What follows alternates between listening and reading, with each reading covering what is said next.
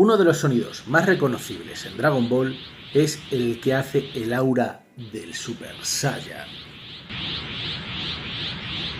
¿Os habíais dado cuenta de que este sonido es en cierta medida relajante y armónico? Y no fue escogido al azar. Tiene un gran secreto en su proceso de creación. Y es que el diseñador de sonidos del anime de Dragon Ball en el año 2011 reconoció en una conferencia que para hacer el sonido del aura lo que utilizó fue el sonido de los latidos del corazón de una ecografía de una mujer embarazada.